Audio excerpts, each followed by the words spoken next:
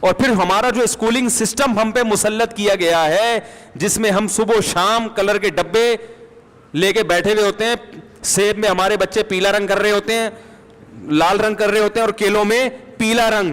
اس میں سائنسدان پیدا ہونے کا تصور یہ مذہب کی یا مولویوں کی غلطی نہیں ہے, یا مسلمان ہونے کی وجہ سے نہیں ہو رہا, یہ اس لیے ہو رہا ہے کہ ہم پہ جو جس قسم کے لوگ مسلط, انگریز جب گیا نا انڈیا سے تو وہ اپنے لوگ ہم پہ مسلط کر کے گیا ہے. اس نے آزادی ہمیں دے تو دی, لیکن کہا کہ زیادہ فنٹر بننے کی ضرورت نہیں ہے, میں نے تم پہ 200 سال حکومت کی ہے, میں نے دیکھا تمہارے اندر دم بہت ہے, تم دوبارہ میری آنکھوں میں آنکھیں. جب جامع رشید نے ایک ڈاکومنٹری بنائی ہے کہ برطانوی سامراج نے ہمیں کیسے لوٹا, وہ گوروں کی کتابوں سے بنائی ہے. انگریزوں کی جو بکس ہے نا, جو انگریزوں نے ہندوستان کی تاریخ پہ لکھی ہے, ان کتابوں سے ڈاکومنٹری بنائی ہے, وہ ضرور دیکھیں. یا گوروں کی کتابیں پڑھیں کہ انڈیا جب بر صغیر, جس میں بنگلہ دیش, برما, پاکستان اور انڈیا, ہندوستان تھا, اس پہ 1000 سال کس کی حکومت رہی ہے؟ بولو نا, مسلمانوں کی رہی ہے. 20% مسلمانوں نے اتنے بڑے کنٹری پہ حکومت کی ہے, بڑی پاورفل حکومت. اس وقت کیا مسلمانوں کی سائنسی ترقی تھی, یہ آپ کو گورا بتائے گا. نہیں آ رہی بات؟ یہ گوروں کی کتابوں سے پڑھو جا کے, وہ بتائے گا کہ ہم جب ہندوستان میں داخل ہوئے ہیں اس وقت مسلمانوں کی حالت کیا تھی. اس وقت برطانیہ اپنے جہاز, برطانیہ انڈیا کے جہاز جو مسلمانوں کے بنائے ہوئے جہاز تھے, وہ دوسرے ملکوں کی طرف جانے نہیں دیتا تھا کہ اگر دوسرے کنٹریز نے مسلمانوں کے بحری جہاز دیکھ لیے تو ہمارے جہاز کوئی ہم سے نہیں خریدے گا. نہیں آ رہی؟ ایسے جہاز ہندوستان بنایا کرتا تھا. ہندوستان کا مطلب مسلم کنٹری تھا ہندوستان اس وقت, اتنی ترقی تھی. یہ جو زیتونہ یونیورسٹی ہے مصر, شام میں, اس میں 400 سال تک گورے آ کے پڑھتے رہے ہیں مسلمان ٹیچروں سے. یہ جو مصر کی جامع ازہر ہے نا, جو آج دنیا کی بالکل تھگی ہوئی یونیورسٹی سمجھی جاتی ہے, اس نے بڑے بڑے سائنٹسٹ پیدا کیے ہیں. سمجھ میں نہیں آ رہی میرا خیال ہے. 400 سال تک یہ جو مسلمان سائنسدان تھا محمد بن موسیٰ الخوارزم, جو ریاضی دان تھا, جس نے الجبرا کی بنیاد رکھی, 400 سال تک گوروں کی, میں نے خود تحریر پڑھی ہے کہ 400 سال تک برطانیہ کی یونیورسٹی میں اس کی میتھمیٹک کی کتابیں پڑھائی گئی ہیں. 400 سال کوئی کم نہیں ہوتے. تو بھائی جب آپ کی حکومت آپ کی ہوتی ہے تو پھر آپ اپنے وسائل کو استعمال کرتے ہیں. ابھی ہماری حکومتیں ہیں مگر اتنی پاورفل نہیں ہیں. ابھی تو ہم ہر چیز میں پوچھتے ہیں کہ یہ پڑھا دوں, آپ امریکہ سے پوچھیں پڑھاؤں, وہ کہے یہ نہیں پڑھانا. یہ جو ڈاکٹر عبدالقدیر خان وغیرہ سائنسدان بن گئے اپنی محنت سے بنے ہیں. کیا ہو گیا بھائی؟ یہ کوئی سسٹم کے تحت تھوڑی بنے. اگر ڈاکٹر عبدالقدیر خان کیلے میں لال کلر کرتا اسکول میں بیٹھ کے, سوری ہاں کیلے میں پیلا کلر کرتا اور سیب میں ریڈ کلر کر کے ڈرائنگ کی کتابیں لے جا کے دکھا رہے ہوتے وہ, اور ان کے ابا اس پہ ان کو 10 روپے دیتے اور اسکول میں ان کے نمبر اچھے آتے, اس بیس پہ وہ سائنٹسٹ بنتا اتنا بڑا. کیا ہو گیا بھائی؟ وہ پورے سال میں 4 پویم یاد کراتے ہیں اسکول والے, ٹوئنکل ٹوئنکل لٹل اسٹار اور اس ٹائپ کی. تو ماں باپ بولتے ہیں ہمارا بچہ فر انگلش بولتا ہے. میں ایک دفعہ کراچی سے لاہور بائی ایئر جا رہا تھا, تو میرے ساتھ میں ایک صاحب بیٹھے ہوئے تھے, بڑے اچھے ڈریس ان کا لگ رہا تھا, ڈریس سے پتہ چلتا ہے نا پڑھا لکھا آدمی ہے. تو میں نے اردو اخبار منگوایا, پڑھنا شروع کیا. کوئی انگلش اخبار منگوا رہا ہے, کوئی اردو منگوا رہا ہے. وہ ایئر ہوسٹس آئی اخبار بانٹ رہی تھی, وہ نہ وہ دلچسپی نہیں لے رہے. تو میں نے ویسے ہی گپ شپ میں نے کہا خیریت, آپ اخبار نہیں پڑھ رہے؟ کہہ رہے ہیں یار اردو تو اس لیے نہیں پڑھ رہا کہ انگلش میڈیم میں پڑھا ہے. میں نے پڑھا انگلش میڈیم میں, لہٰذا مجھے اردو پڑھنا نہیں آتی. تو میں نے کہا پھر انگلش پڑھ لیں. کہہ رہے وہ پڑھائی اچھی نہیں تھی تو انگلش میڈیم میں پڑھ کے انگلش اتنی اچھی نہیں ہوئی کہ اخبار پڑھ سکوں میں. کہہ رہے نہ ادھر کے رہے نہ انگلش میڈیم کے رہے نہ اردو میڈیم کے. یہی ہے, آپ کے گھر میں اردو بولی جا رہی ہے, اسکول میں آدھے ٹیچر اردو بول رہے ہیں, آدھے ٹیچر شو مارنے کے لیے انگلش بول رہے ہیں, وہ بھی بیچارے ہجے کر کے بول رہے ہیں. کتابیں اتنی مشکل ہے انگلش کی, وہ امپریشن اچھا ڈالنے کے لیے ہم بہت ہائی لیول کی انگلش پڑھاتے ہیں. میں نے بھی انگلش میڈیم میں پڑھا ہے. میں نے اپنی کتاب ایک دفعہ لے جا کے دکھائی اپنے پھپھا کو نا, وہ سعودی عرب سے آئے تھے, انہوں نے کہا یار یہ بیٹا پہلی وہ لائن پڑھ کے بتانا. میں نے اتنی مشکل انگلش تھی وہ. ان کا میرا کزن بھی وہیں پڑھتا تھا, تو میرے پھپا نے فوراً اس کو نکال لیا, اس کو گورنمنٹ کے اسکول میں بولا اس کو اردو میڈیم میں ڈالو, ورنہ یہ نہ اردو کا رہے گا نا. اور اچھا وہ اردو میڈیم میں آج اللہ کا شکر ہے بڑا پڑھا لکھا ہے وہ, صحیح ہے نا, کمپیوٹر سائنس میں بہت آگے نکل گیا. انہوں نے کہا یہ اتنی مشکل انگلش بچوں کو پڑھائی جا رہی ہے, یہ تو سمجھیں گے ہی نہیں, ایک لائن سمجھ میں نہیں آ رہی, لیکن کتابیں اتنی مشکل دیکھیں گے اور کیا ہائی لیول کی انگلش پڑھائی جاتی ہے ان کے. تو ککھ بھی نہیں آ رہا میرے بھائی. یہ صرف ماں باپ اس لیے سمجھتے ہیں کہ ہمارا بچہ, کیونکہ ماں باپ سے زیادہ اچھی بول رہا ہوتا ہے وہ. ایک دفعہ کیا ہوا, ایک صاحب مجھے ایک بات کہنے لگے, یار وہ آپ نے یہ بات کہی ہے میری. میں نے کہا it isn't possible for me to do this. آپ اتنی اچھی انگلش بولتے ہیں یار, مجھے تو آج پتہ چلا. میں نے کہا یہ اسٹرکچر یاد کیا ہوا ہے. How is it possible for me to define you this. یہ چند چیزیں تو آدمی جو تو ویسے ادھر ادھر سے سیکھ لیتا ہے اگر دماغ چل رہا ہو. تو میں نے کہا ایسے تو میں بہت وہ بول سکتا ہوں, اور بولوں کیا بولنا ہے. تو اس کو انگلش آنا تھوڑی کہتے ہیں. یہ آپ کا سسٹم سڑا ہوا سسٹم ہے اور یہ مسلط کردہ ہے. اور چونکہ یہ مسلط اس لیے ہوا کہ آپ کی گورنمنٹ ہمیشہ سے آپ پر وہ حکمران مسلط ہوئے ہیں جو کیا بتاؤں, بس اللہ ہی معاف فرمائے یار. ایسے لوگ ہم پر حکومت کر کے گئے ہیں کہ جو قوم کے ساتھ خیر خواہی کے علاوہ ان میں سب کچھ ہے. اس وقت اسکول ایک بزنس ہے. اسکولوں کا مقصد ایجوکیشن دینا نہیں ہے, بزنس ہے میرے بھائی. یہ سمجھ لو, یہ بات دماغ میں نہیں ماں باپ کے بیٹھ رہی. 5 سال کے بچوں کو اسکول بھیج رہے ہو یار, تم کیوں بھیج رہے ہو اپنے بچوں کو؟ کہہ رہے ہیں وہ ابھی سے پڑھے گا. بھائی نہیں پڑھے گا ابھی سے وہ کمانا شروع کر دیں گے آپ کے بچے کے ذریعے, کیش کرنا شروع کر آپ کے بچوں کو. باقی جتنا وہ اسکول میں 1 سال میں پڑھے گا, بھائی 2-4 پویم خود یاد کرا دو یار اس کو. اتنی فیسیں لنچ بنا کے دے رہے ہیں, پھر کنوینس کا خرچہ, پھر اسکول کی 6-6, 8-8, 10-10 ہزار فیسیں دے رہے ہیں. 4 سال 5 سال کا بچہ وہاں جا کے وہ پلے گراؤنڈ میں کھیل رہا ہے. بچہ تو یار گھر میں کچھ پکڑا دو, بلی پکڑا دو, بچے کو کھیلنا شروع کر دے گا, خود بخود سیکھتا ہے. کیلے کا رنگ پیلا ہوتا ہے, خدا کی قسم یہ قدرت خود بتا دیتی ہے بیٹا یہ کیلا ہے, یہ بنانا ہے, یہ پیلا ہی ہوتا ہے. جو بچہ کہہ رہا ہے نا کیلے کا رنگ لال ہوتا ہے, اس کو تو ویسے ہی عیدی سینٹر میں جمع کرا دو, یہ ہمارے کام کا نہیں ہے. ڈرائنگ میں ٹائم ضائع, مارکر میں میرا اتنا خرچہ ہوتا ہے. بھائی یہ مجبوری ہے نا, ہوم اسکولنگ کا تو نظام ہی نہیں ہے, کوئی مل ہی نہیں رہا ٹیچر. مجھے جس دن ٹیچر ایسا مل گیا جو بچوں کو گھر آ کے پڑھا دے, اسی دن میں بچوں کو فوراً اسکول سے نکال لوں گا. 1 دن نہیں بھیجوں گا میں اسکول. ملتے نہیں ٹیچر نا, کوئی دیندار, کوئی ایسے محنتی ہوں جو ذمہ داری پر, ورنہ بچے 10 سال میں جو اسکول میں پڑھتے ہیں وہ 3-4 سال میں گھر میں پڑھ سکتے ہیں. اور ایسے ہمارے رشتہ داروں میں ہوا کہ انہوں نے اپنے بچوں کو خود پڑھایا, کیونکہ وہ خود ٹیچر تھے, انہوں نے اپنے بچوں کو خود پڑھایا, 3-4 سال میں 8ویں تک پڑھا دیا. میرے اپنے بھانجے ہیں, بیان سنتے بھی ہیں, ایڈیٹنگ بھی کرتے ہیں بیان کی.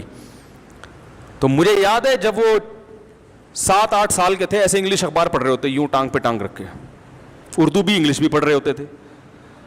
وجہ اس کی کہ ابا نے گھر میں پڑھایا ان کو, اب جا کے میٹرک کے لیے ایڈمیشن دلوایا ان کو, ورنہ وہ ایسے پڑھ رہے ہوتے تھے.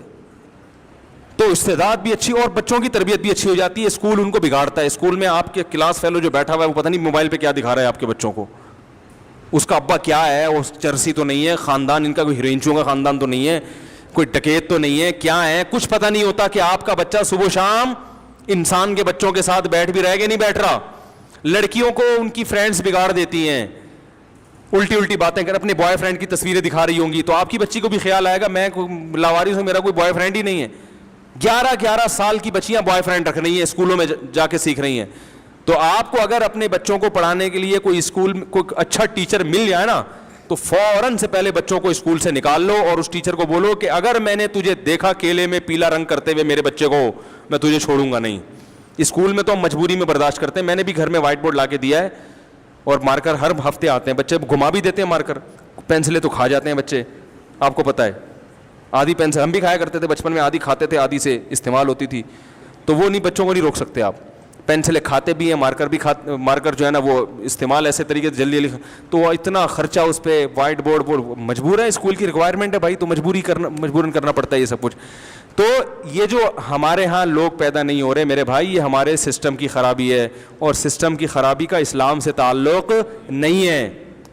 خدا کی قسم وہ سسٹم جو یورپ میں ہے وہ ہمارے ہاں ہو, ہم ان سے 20 گنا آگے نکل جائیں گے, کیونکہ ان کے ہاں بچے پڑھتے نہیں ہیں, عیاشیوں میں زیادہ لگتے ہیں. انہوں نے تو ماں باپ ہی نہیں ہے نا, تربیت ہی نہیں ہے ان کی. ہمارے یہاں تو ماں باپ نگرانی کریں گے.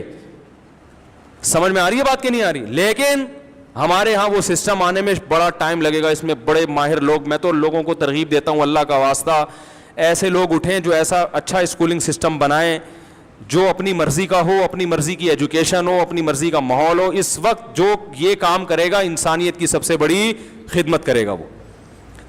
ورنہ یہ اور یہ جو بڑے اچھے اچھے اسکولوں کے رزلٹ ہر سال بہت اچھے آ رہے ہیں نا, یہ ان کی محنت نہیں ہے. یہ ایڈمیشن میں لیتے ہی ان بچوں کے جن کے رزلٹ پہلے سے اچھے آ رہے ہوتے ہیں. وہ بچے اپنی محنت پہ خود ہی پڑھ رہے ہیں. دیکھو میں ایک اسکول کھولوں, مدارس میں اور اسکول میں کیا فرق ہے؟ مدارس والے قوم کے جو بالکل گرے ہوئے لوگ ہیں ان کو بناتے ہیں, اور یہ جو اسکول والے کیا کرتے ہیں, جو قوم کے پہلے سے اٹھے ہوئے لوگ ہیں ان کو کیش کراتے ہیں اپنے اسکول کے نام روشن کرنے کے لیے. مدارس کی خدمت انسانیت کے لیے اسکولوں کی نسبت کروڑہا گنا زیادہ ہے, کروڑہا. اگر یہ مدارس ان بچوں کو نہ لیتے پتہ نہیں کیا کیا بن جاتے. یہ ایسے بچوں پر محنت کر کے ان کو انسان بناتے ہیں. تو اسکول والے کیا کرتے ہیں, جو بڑے بڑے بڑے مشہور اسکول ہیں, میں نام نہیں لوں گا, سب کو پتہ ہی ہے, جن کے ہر سال بڑے اچھے رزلٹ آ رہے ہیں, ایڈمیشن کے لیے جائیں, بچے کی IQ ٹیسٹ ہوتا ہے, گھریلو ماحول دیکھا جاتا ہے, خاندان کیسا ہے بچے کا, اچھے خاندان کے لوگ ہیں یا نہیں ہیں, گھر میں تمیز آداب یہ ساری چیزیں ہیں یا نہیں, ابے تبے سے بات تو نہیں ہوتی گھر میں کہیں, ابا بھی پڑھے لکھے ہیں یا نہیں. بہت اچھے خاندان کا اس بچے کا پہلے رزلٹ دیا, وہ بچہ خود بخود اتنا اچھا ہے, پھر اس کو لا کے کلاس میں وہی سڑے ہوئے نظام کے تحت بٹھا دیا. بچہ خود بھی انسان میں کچھ ایسی صلاحیتیں ہوتی ہیں کہ آپ اس کی صلاحیتوں کو دبا تو نہیں سکتے نا. تو وہ خود پڑھے لکھے ہوتے ہیں, وہ خود ماں باپ ان پہ محنت کرتے ہیں, اچھے خاندانوں کے ہوتے ہیں, رزلٹ اچھا آتا ہے, اخبار میں آتا ہے اس دفعہ پھر فلاں اسکول پوزیشن لے گیا. سمجھ میں نہیں آ رہی بات؟ تو اسکولوں کی محنت نہیں ہے, یہ اخپل طریقے سے انہوں نے خود محنت کی ہوتی ہے. سمجھ رہے ہو کہ نہیں سمجھ رہے؟ تو اس لیے یہ جو آپ تعریفیں کرتے ہو نا, گوروں میں یہ کوئی چیز بھی ہماری بنی ہوئی نہیں ہے, کوئی چیز, وسائل تو سارے ہمارے ہی ہیں, یہ تو پہلے دماغ میں رکھیں آپ. گوروں کو تو اللہ نے ملک ایسے دیے ہیں جہاں یورپ میں تو موسمی تمیز سے نہیں آتے. ارے یہ جو ہمارے یہاں گرمی سردی خزاں بہار, یہ ان کے یہاں تھوڑی ہے. ہمارے آلو پیاز ٹماٹر میں جو ذائقہ اللہ نے رکھا وہ ان کے آلو پیاز ٹماٹر میں. ہمارے تو دھوپ ملتی ہے, بارشیں, ایک ٹیکنیکل طریقے سے بارشیں ہو رہی ہیں. نہیں یقین آتا, یہاں کی بچھیا کھا کے دیکھ لو اور وہاں کے بچھیا کھا کے دیکھو. جو گوشت ہے نا, ذائقے میں زمین آسمان کا فرق نظر آئے گا آپ کو. تو اللہ نے تو ان کو بیچاروں کو زمین کا کنارہ دیا ہے سائڈوں پہ جا کے. ناروے میں 6 مہینے دن 6 مہینے رات. اب ایک صاحب آئے ناروے میں, کہہ رہے ہیں یار وہاں کینسر بہت ہے ناروے میں. میں نے کہا کیوں بھائی؟ ناروے گورنمنٹ سن نہ لے, میں نے بھی ناروے کا سفر بھی ہونا ہے میرا. وہ یہ اتنے ہوشیار ریجیکشن لگا دیتے ہیں, یہ نا ٹپے میں, یہ ہمارے خلاف بول رہا ہے, تو یہ سر آہستہ آہستہ بہت کریں گے. وہ ناروے میں نا ان کو وہ کہیں وہاں کینسر بہت ہے. میں نے کہا کیوں؟ کہہ رہے وہ سورج نہیں نکلتا ہے 6 مہینے, اگر نکلتا بھی ہے تو تمیز سے نہیں, آدھے بادل ہی رہتے ہیں. ہمارے یہاں جیسے روشنی ملتی ہے نا بالکل بھرپور طریقے سے, وہ نکلتا بھی ایسے ہی ہے. آدمی کہتا ہے یار تو نکلو تو تمیز سے, تو جلوہ تو تمیز سے کراؤ نا. وہی ہے نا ابتدائے عشق میں دل ہوا یوں خراب آدھا کہ جیسے سیخ پہ چڑھتے ہی جل جائے کباب آدھا. لگتا ہے میرے محبوب کی ایک آنکھ غائب ہے کہ اس نے جب بھی پلٹا ہے تو پلٹا ہے نقاب آدھا. محبوبہ زیارت کرا نہیں رہی, کرا رہی ہے تو آدھا. تو کہتا ہے یار تیری کہ دوسری آنکھ نہیں ہے کیا؟ یا تو پردہ کر لے یا تمیز سے زیارت کرا لے. تو وہ سورج 6 مہینے نکلے گا بھی تو بھی وہ اتنی تمیز سے نہیں نکلتا, اس میں بھی بادل رہتے ہیں, بارشیں ہوتی رہتی ہیں, وہ مزہ نہیں آتا. تو کہہ رہے ہیں وہ کینسر اتنا زیادہ ہے کیونکہ وٹامن ڈی کی کمی ہو جاتی ہے, پھر اس کے لیے گولیاں کھاتے ہیں. گولیاں, اب یہ بھی دیکھو وٹامن ڈی اللہ آٹومیٹک اس کو مینٹین رکھتے ہیں ہماری باڈی میں, بڑھتا نہیں ہے, خود ہی سسٹم بنایا ہوا ہے. لیکن جب آپ گولیاں کھا کے وٹامن ڈی کھاتے ہو تو گولی زیادہ ہوگی تو بڑھ گیا, کم کھائی تو کم ہو گیا. تو وہ بعض دفعہ زیادہ ہو جاتی ہے کوانٹٹی, اس سے کینسر ہو جاتا ہے. ہمیں اللہ نے دھوپ پہ فٹ کیا ہوا ہے نا, دھوپ سے ہمارا وٹامن ڈی خود بخود مینٹین ہوتا رہتا ہے. کتنے مسائل ہیں. تو ہمارے وسائل, یہ جو برطانیہ نے 100 سال حکومت کی ہندوستان پہ, سارا سونا یہاں کی ساری دولت لے گیا اور پھر اپنے کارخانوں کو اس نے چلایا اور ہمیں بھوکا ننگا چھوڑ گئے. یہ مسلط کر دی ہم پہ, یہ جو ہمارے اوپر حکمران مسلط رہے ہیں, چور اچکے ٹائپ کے لوگ, انہوں نے ہمیں نچوڑ دیا. تو بھائی اس میں اسلام کا بھی قصور نہیں ہے, ہمارا بھی قصور نہیں ہے. ان کے ساتھ یہ ہوتا تو اس سے بھی بدتر ہوتے. ہم تو اسلام کی وجہ سے پھر بھی تھوڑے سے بچے ہوئے ہیں. سمجھ رہے ہو کہ نہیں سمجھ رہے؟ تو یہ نہ کہا کرو وہ بہت ترقی یافتہ, وہ سوئی بھی بناتے, ہم تو یہ بھی نہیں بنا سکتے. ہمیں بنانے نہیں کوئی دیتا, ہمارے وسائل پر قبضہ ان کا ہے. ہم پر حکمران سڑے ہوئے لوگ مسلط رہے ہیں ہمیشہ, اور ہمارے وسائل بھی ہمیں نہیں نکالنے دیتے. بلوچستان میں جو کوئلہ ہے, میں نے ایک ماہر معیشت سے سنا, کہہ رہا اتنا کوئلہ دریافت ہو چکا ہے, اگر نکال لینا 200 سال تک فری بجلی پاکستان کو ملے گی. 200 سال کا ذخیرہ تو دریافت ہو چکا ہے, لیکن بڑی قوتوں, بڑی طاقتوں کی طرف سے پابندی ہے کہ آپ کو یہ کوئلہ نکالنے کی اجازت نہیں. اور وہ ان کے پاس 100 بہانے ہوتے ہیں, اس سے ماحول خراب ہوگا, آلودگی پھیلے گی. حالانکہ کئی ملکوں میں کوئلے سے بجلی بن رہی ہے, ان میں آلودگی کا خطرہ, اس کو خطرہ نہیں سمجھتے. تو بہت کچھ ہے ہاتھ بندے میں. سونا بلوچستان میں اتنا دفن ہوا ہے. یہاں ایک ڈاک یارڈ میں کام کرتے تھے, کہتے راتوں رات ہمیں اطلاع ملی کہ جی حکومت, کافی پرانا واقعہ ہے, تو سونا نکالا, اس کی پلیٹیں جا رہی تھیں کنٹینر میں. اتنا سونا بلوچستان سے نکلا تھا. کہہ رہے راتوں رات وہ پتہ نہیں کیا ہوا ہے, کوئی وہ بک گیا, کوئی اس وقت جو لیڈر ہوگا ہمارا, تو وہ گورنمنٹ نے یا سپریم کورٹ کا آرڈر آیا, وہ سیل کر دیا. وہ سیل پڑا ہوا ہے پتہ نہیں کتنے سالوں سے, وہ کوئی بھی نہیں کھول سکتا. تو یہ جب تک چور اچکے جو ہمارے ہی ہاتھوں کی پیداوار ہیں یہ مسلط رہیں گے, اور کچھ ان کی طرف سے ہیں, تو میرا بھائی, اور جو اچھا آئے گا اس کو چلنے نہیں دیں گے. وہ جو بھی اچھا آتا ہے, اتنی پابندیاں سوشل میڈیا کا استعمال کر کے اسی کو بدنام بھی کر دیتے ہیں. اب جس کو بدنام نہیں ہونا چاہیے وہ بدنام ہے, جو بدنام ہونا چاہیے وہ بدنام نہیں. الٹا سسٹم سوشل میڈیا پہ ایسی چیزیں, اور ہم بیوقوف ہیں, جو فیس بک پر آئے گا اس پہ ایمان لے آتے ہیں. تو بڑا گندا معاملہ ہو رہا ہے. تو اس لیے میرے بھائی, اللہ نے ہمیں ایک سیدھا راستہ بتایا, وہ انگریز کا راستہ نہیں ہے, وہ اسلام کا راستہ ہے. ہمیں اسی راستے کو فالو کرنا ہے, اور انگریزوں کی ترقی سے متاثر نہیں ہونا. ترقی کی کوشش ضرور کرنی ہے, لیکن یہ کوئی ترقی ایسی چیز نہیں ہے جس کی وجہ سے ہم ان کو برحق سمجھنا شروع کر دیں. بات آ رہی ہے سمجھ میں؟ شکر الحمدللہ. اللہ تعالیٰ سمجھنے کی عمل کی توفیق عطا فرمائے.